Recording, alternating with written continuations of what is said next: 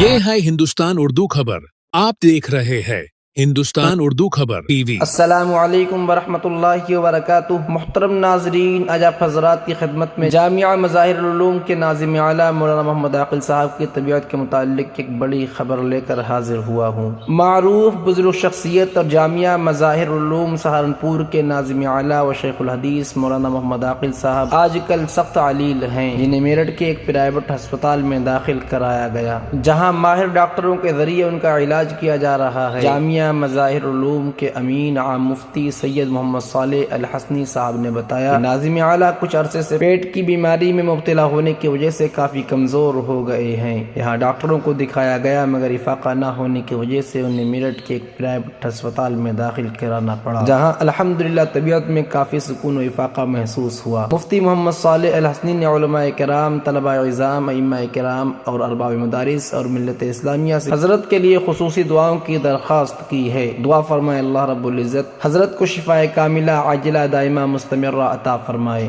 मुहतरम नाजरीन, ये बहुत ही अहम खबर थी जामिया मज़ाहिरुल उलूम के नाज़िम आला व शेखुल हदीस हजरत मौलाना मोहम्मद आकिल साहब दामत बरकातुहुल आलिया के मुताल्लिक, इसको मैंने आप हजरात के सामने शेयर किया। कम वक्त में दौरे हाजिर की ताज़ा तरीन खबरों को सुनने के लिए जुड़े रहिए हिंदुस्तान उर्दू खबर के साथ। शुक्रिया, जज़ाकुमुल्लाह, अस्सलामु अलैकुम वरहमतुल्लाह।